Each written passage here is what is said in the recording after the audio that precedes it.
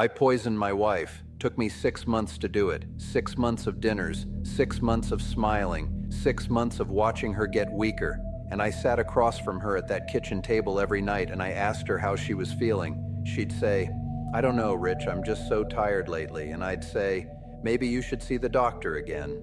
And she would, and the doctor would say he couldn't find anything wrong because there was nothing wrong with her. There was something wrong with me. My name is Richard Allen Groves. I'm 74 years old. I've been at Arizona State Prison Complex in Florence for 26 years. My hands shake now. Can't hold a coffee cup without spilling. Funny thing is, back in '99, these hands were steady enough to measure out doses you couldn't see with the naked eye. Didn't shake once, not once in 6 months. Now I can't even button my own shirt some mornings. The guards have to help me. A man who planned a murder down to the milligram can't work a button. I don't know if that's karma or just arthritis. Probably both. I sold houses in Phoenix for 22 years. Good at it too. Had a knack for reading people. You sit across from a young couple and you can tell in the first 5 minutes what they want, what they'll settle for, and how much they'll pay. It's not about the house, it's about what the house means to them. I was good at making people feel comfortable. That's a skill. Some people are born with it. I was. My first marriage lasted 9 years. Ended the regular way. She got tired of me working late. I got tired of her complaining about it. No drama. Just two people who ran out of reasons to stay in the same room. Then I met Diane Purcell. She was 38, divorced, had a daughter named Katie. Katie was 11, skinny little thing with big glasses and a gap in her front teeth. She didn't like me at first, wouldn't look at me at dinner, kept her eyes on her plate like I wasn't there. I married Diane in '96. Big wedding at the Scottsdale Princess. 200 people, open bar, the works. Phoenix real estate was booming. I was pulling 6 figures. Had a house in Ahwatukee with a pool and a view of South Mountain. You know what I remember about that house? The smell of chlorine in the morning. I'd get up at 5 to beat the heat, sit by the pool with my coffee, and the whole backyard smelled like chlorine and jasmine. Jasmine grew along the back wall. Diane planted it the first month we moved in. Katie came around eventually, took about a year. One day she just started talking to me at breakfast, told me about a boy at school who pulled her hair. I said, "You want me to go pull his hair back?" She laughed. First time she ever laughed at something I said. After that we were fine. I helped her with math homework, drove her to softball practice. She called me Rich. Never Dad, just Rich. That was fine by me. The money was good. The marriage was adequate. That's the word I'd use. Adequate. Diane was a nice woman. She cooked. She kept the house clean. She didn't ask too many questions about where I was or what I was doing. Some men want passion. I wanted quiet. She gave me quiet. And then in '98, the market dipped. Not crashed. Dipped. But when you're living like money's never gonna stop, a dip feels like a cliff. I had 2 properties I couldn't move, a car payment on a Cadillac I didn't need, credit cards I shouldn't have had, and a lifestyle that cost about $40,000 more a year than I was making. I want you to understand something. I'm not telling you this so you feel sorry for me. I'm telling you so you understand what I did next, not why. There is no why that makes sense. Just what? I want to tell you something that's going to bother you, not the killing. You're expecting that. What's going to bother you is how easy it was, how normal it felt. Like closing a deal on a house nobody wanted. Diane had a life insurance policy, $500,000. I'd taken it out 2 years before. She signed the papers at the kitchen table while Katie was doing homework in the next room. Diane didn't read the fine print. She trusted me. That's what she always said. I trust you, Rich. I started researching in March of '99. Sat in my office after hours with the door locked. The internet was different back then, slower, clunkier. But the information was there if you knew how to look. I knew how to look. I won't tell you what I used. The DA asked me not to at the trial, and I agreed. I'll say this much. You could buy it at any hardware store in Maricopa County. It wasn't exotic. It wasn't fancy. It was ordinary. That's what made it work. I started in April. Small doses. In her evening tea. Diane drank chamomile every night before bed. Had a special mug, blue, with sunflowers on it. I'd make the tea while she watched Wheel of Fortune in the living room. I could hear Pat Sajak's voice through the wall while I stirred. Stir. Tap the spoon twice on the rim. Carry it in. Set it on the coaster. Here you go, hun. Every night. The first month, nothing happened. That was the plan. You build the levels slowly. The body adjusts, masks the symptoms. She was a little more tired than usual. That's all. I told her it was the heat. Phoenix in May, you know.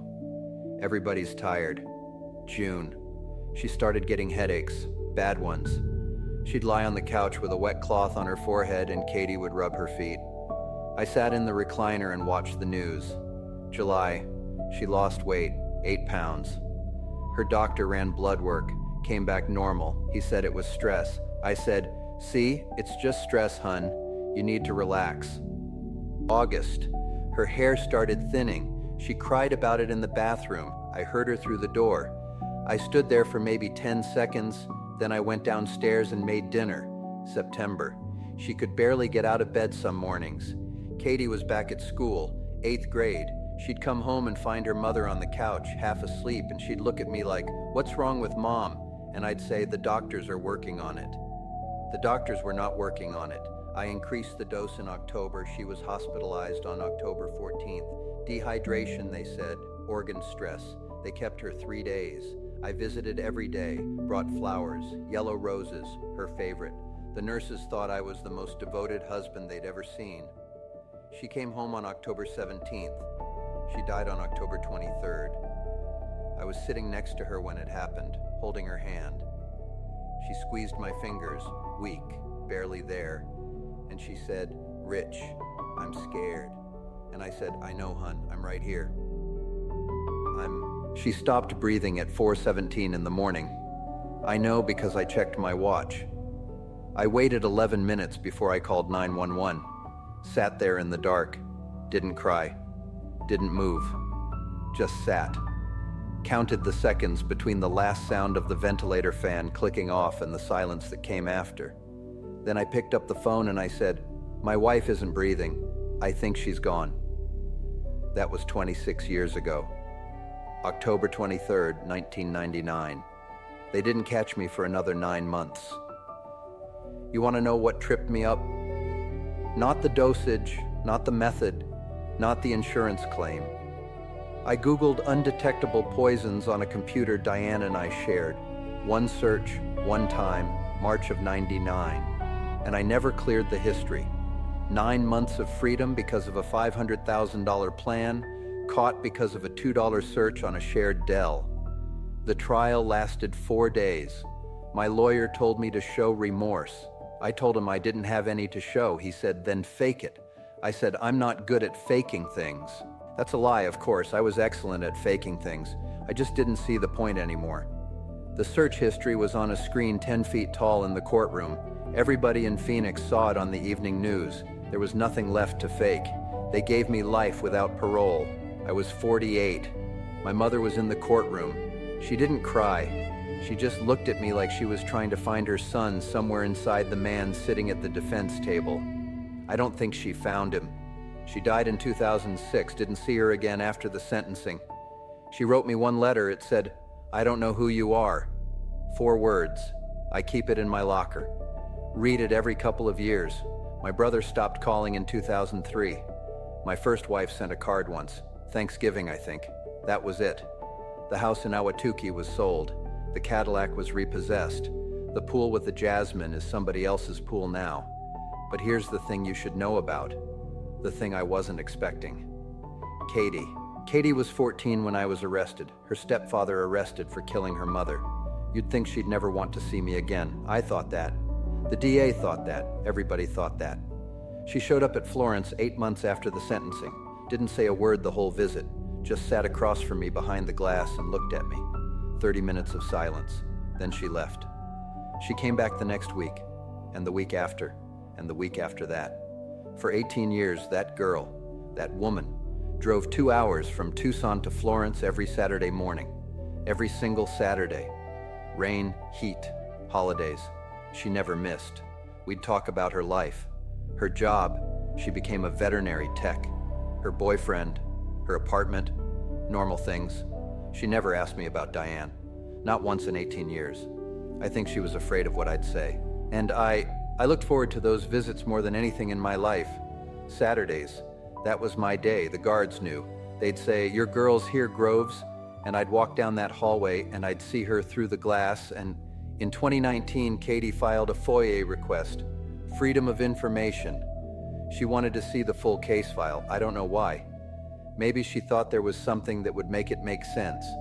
Some piece of the puzzle that would explain how the man who drove her to softball practice could do what I did. She read the search history. She read the dosage logs the forensics team recovered. She read the timeline, April through October, 6 months, day by day. She read that I made her mother's tea while she did homework in the next room. She hasn't come back since. 3 years now. I write her every month. The letters come back unopened. Now, let me tell you something, and I need you to hear this clearly. I don't feel guilt for what I did to Diane. I've searched for it.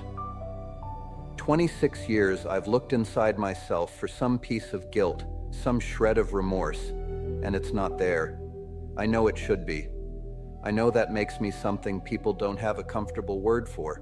But Katie is the only thing in 26 years that has made me wonder if there's something broken in me. Not because I miss her, though I do, but because I think the reason I miss her is that she was the last person on earth who treated me like I was human. And I'm not sure I earned that. People in here ask me if I'd do it different, if I could go back. I think about that, not often, but I think about it.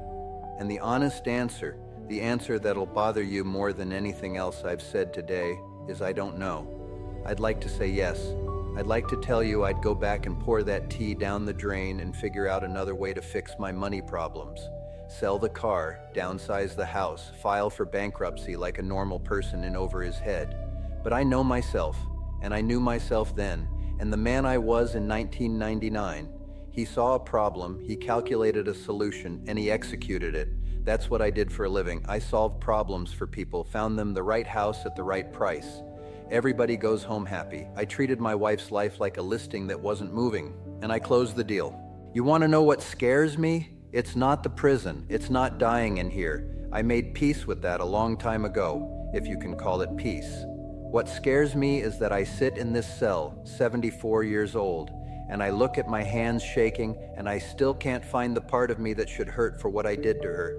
There's a mirror in my cell, small, metal, bolted to the wall. I look at it every morning when I brush my teeth, and some mornings I look at the man in that mirror and I think, I know everything about you.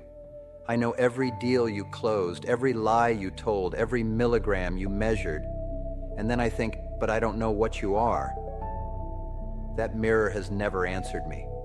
26 years, same mirror, same question, same silence.